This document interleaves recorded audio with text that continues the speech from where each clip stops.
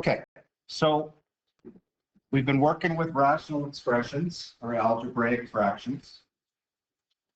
We've seen how to reduce them. We've seen how to multiply them. We've seen how to divide them. Now we're going to talk about how to add and subtract them.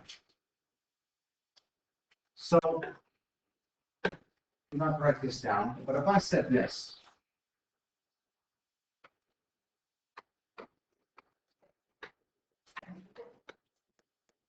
how would you add those?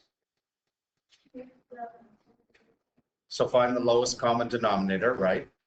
Which would be 15, and then change each fraction and then combine it, right, into a single fraction. Okay. The difference now is we're going to have variables in the denominator.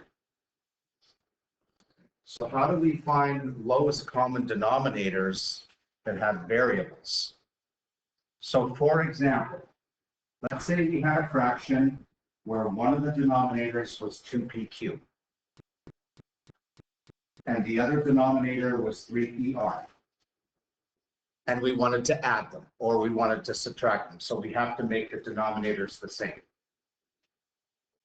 Well, first of all, okay, the lowest common denominator has to contain a number that both 2 and 3 go into, right? Which would be 6, right? Now, if I look at the first denominator, not only does it have to have 6 in it, it has to have a p as well as a q.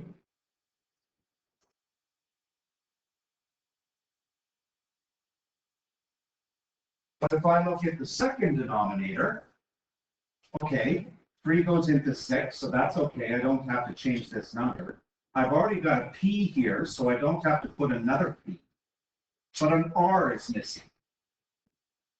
So I have to attach that to the LCD. And I get a lowest common denominator of 6pqr. So find the lowest common denominator of the numbers, and then make sure all the variables are represented. So knowing that, what would be the lowest common denominator if these were two denominators? Would we all agree that they have to have an x and y in it? The question is, how many x's and how many y's? Well, for x squared to go into this, don't I need a square for the x? And y goes into this, so that's okay. X goes into this, so that's okay. But y squared, there's not enough y's here. So I have to square it to make sure I have enough y's.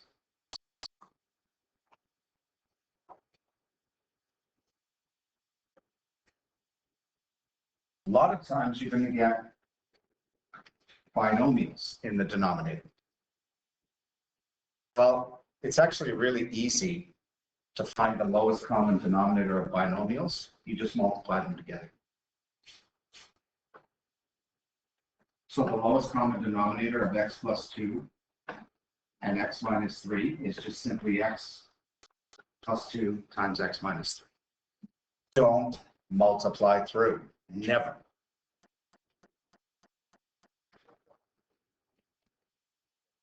Okay, so we have to have a pretty good idea of how to find lowest common denominators before we can add or subtract.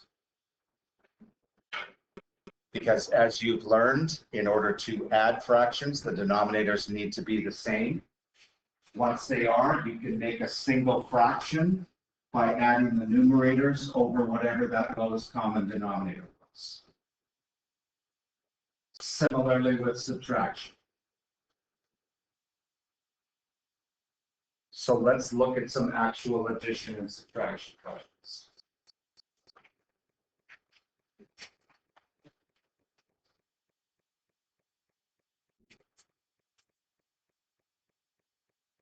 So you may want to, just to remind yourself,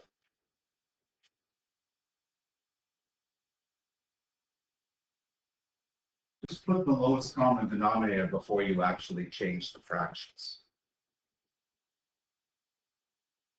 And what would the lowest common denominator of 4 and 6 be? Well, so there's no variables in this one, so it's pretty simple. So we're going to have a single fraction over 12. What do I have to multiply this denominator by to get 12? 3, which means I have to multiply this by 3, right? So 3x times 3 gives me 9x. Minus, what would I have to multiply this by? 2, which means the numerator will become 14x. And now it's just a matter of simplifying. 9x subtract 14x is negative 5x. Denominator stays the same, we're done.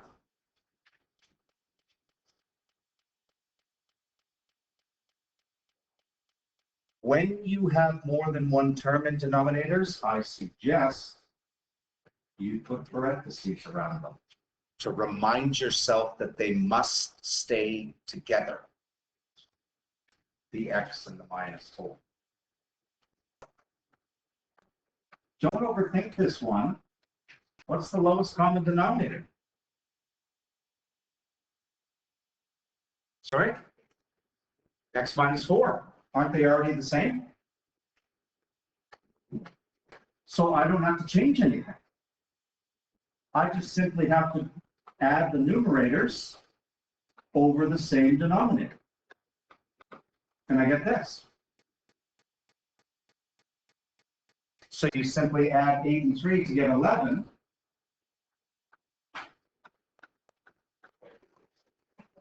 Over x minus 4.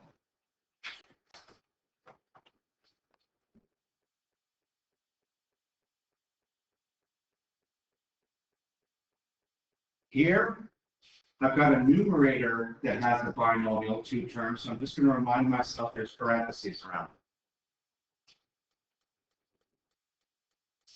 What's the lowest common denominator? N. It's already, and they're both already over N. So it's just a matter of doing M minus, don't forget, that's in parentheses, and that's going to make a difference.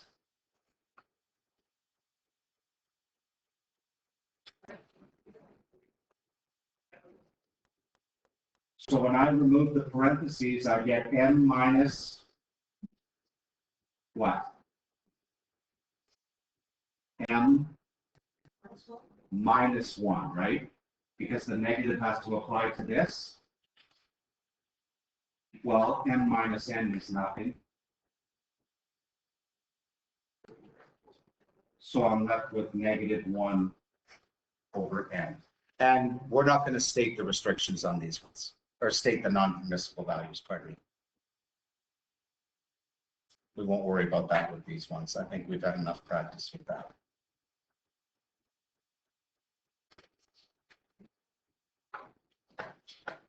What's the lowest common denominator of x and x squared? X squared. So single fraction over x squared. What must I multiply the first numerator by? Well, what do I have to multiply this denominator by to get x squared? So I have to multiply the numerator by x. So I get 4x. I don't have to change the second one because it's already over x squared. So I get that. And then I can cancel x's, right? No, never. I watched you all nod your head. Remember, that's in parentheses. You can't just pull out whatever you want out of parentheses. Stop breaking the laws of mathematics. Jeez,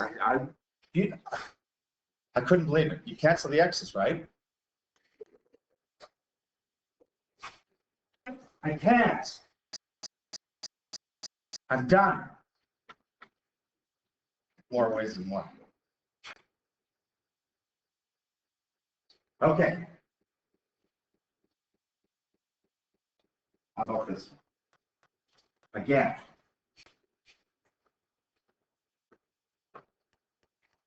We don't have state restrictions. What's the lowest common denominator? Open parentheses, X.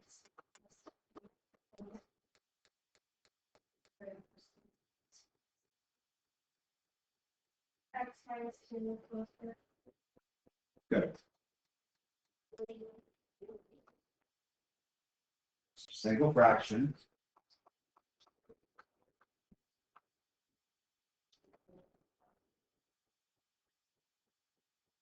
With the LCD.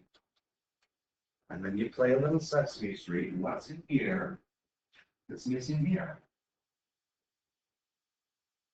What's in here that's missing here? Am I not making any sense? What's in here that's not in this one? X. Thank you. X minus 2. So that's what we have to multiply the numerator by, whatever's missing.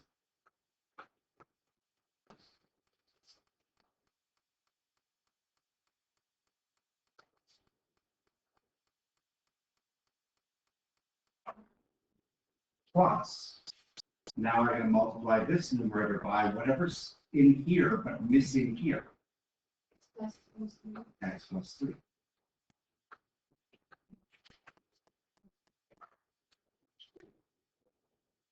And notice we can simplify the top. We can remove the parentheses to get 4x minus 8 minus 5x minus 15 over the same denominator. Well, 4x subtract 5x is negative x.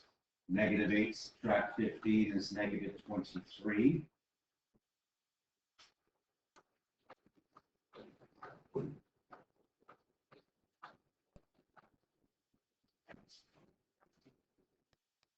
And I get this. And keep reminding yourself. So I can cancel out the x's, right? Well, there's a few more shakes. There was a couple of that were doing this and no, remember, they have to be identical to cancel them out. So there has to be an x plus 3 up here or an x minus 2. Okay.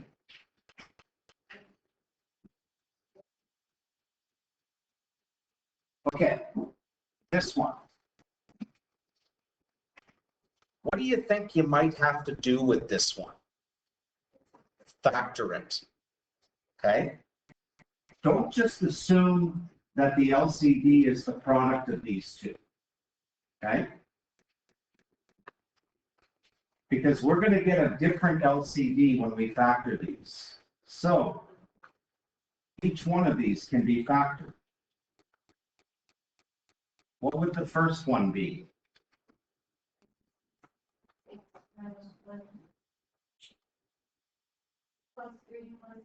Plus 3 plus 2. Remember, it's not plus 6 minus 1. Because 6 times minus 1 is negative 6. How about this one? Plus 2 minus 1.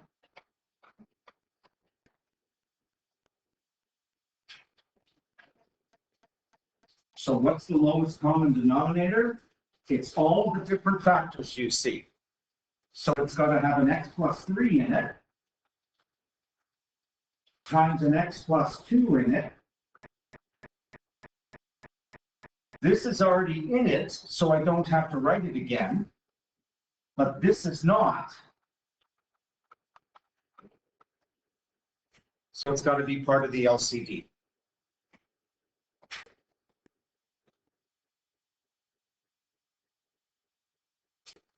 And now we have to figure out, what do we multiply the first numerator by? Well, what's in the LCD that's not in this denominator? X minus 1.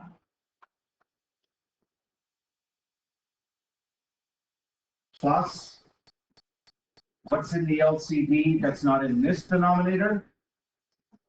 X plus 3. So that's what gets multiplied by that numerator.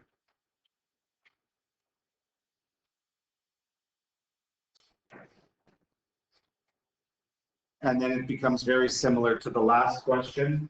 We just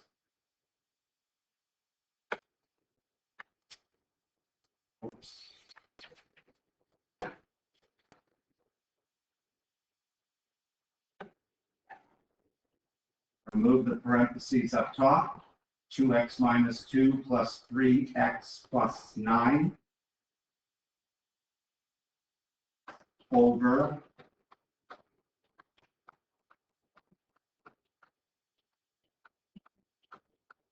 this LCD. And I can go a little bit further in the numerator. 5x plus 7 over, notice we don't multiply through. It's a complete waste of time to do that. And remember, I have to treat that like it's in parentheses, so there's nothing identical to cancel. Is that the last one? I didn't think so.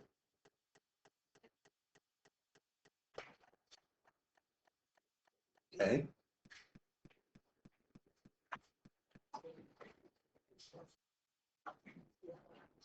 These two, we're not going to do, you can cross out the bottom where it says complex fractions or compound fractions. We're not doing those.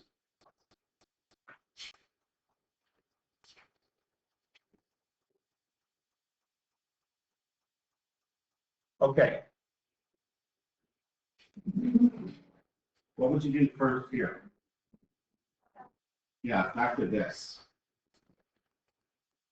So I'm not touching this. Minus, I'm not touching this. But this factors to, 1 plus 2 and 1 minus 1. yeah, y plus 2, y minus 1. Now just remind yourself that if there's more than one term in a numerator or denominator, there's parentheses around it.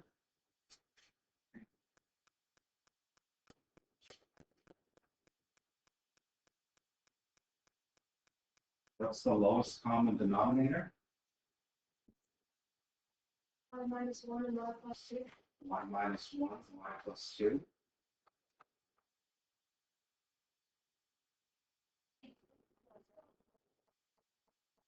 What do I have to multiply this first numerator by? Y plus 2. Y plus 2. So that's going to be 4 multiplications. I don't have to change this because it's the same denominator. But remember, there are parentheses.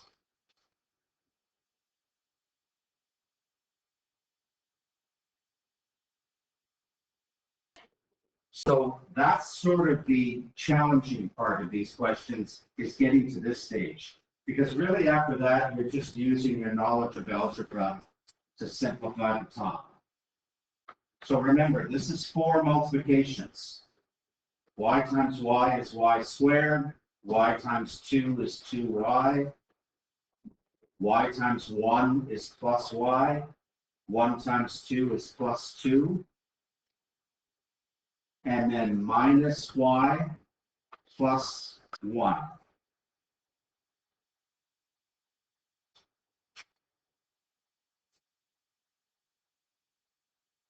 Over these. Well, if you look here, before we collect like terms, those go. Those disappear. So I'm left with y squared plus 2y plus 3 over y minus 1 times y plus 2. Now remember, whenever we add or subtract fractions, we always have to reduce if we can. But how do we reduce these kinds? They have to be factored, right? And then we look for common things to cancel out. Doesn't this almost look like it could be factored? But it can't. Can you think of two numbers that multiply to 3 and add to 2? Well, the only numbers that multiply to 3 are plus 3 and plus 1. And that, if we add them, it's 4. I suppose we could try minus 3 and minus 1, but when we put those together, it's minus 4. So we can't factor. So I can't go any further.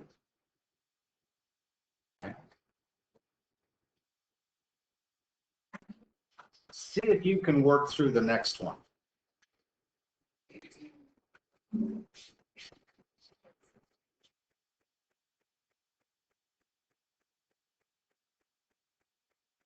At least try and see if you can get a couple of steps done if you're still having some trouble. You should be able to do the factoring and find the LCD.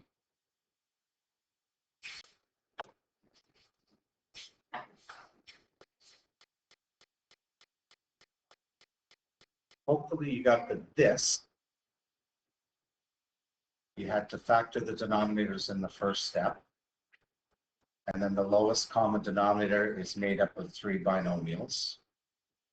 And now we have to figure out what to multiply the numerators by. What do I multiply x plus 3 by? X minus 4. What do I multiply the 6 by? X minus 2. Good.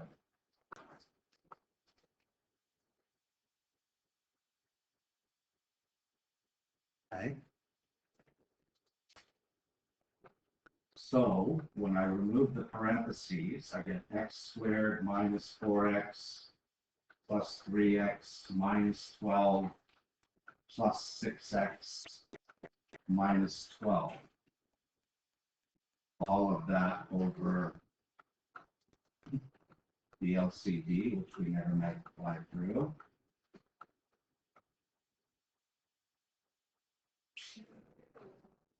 And then if I collect like terms at the top, I'll get x squared plus 5x minus 24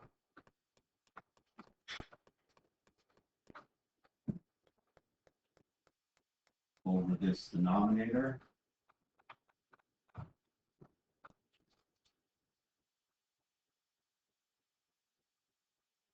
That top looks like it could be factored. And in this case, it can. You can factor the top to x plus 8 times x minus 3.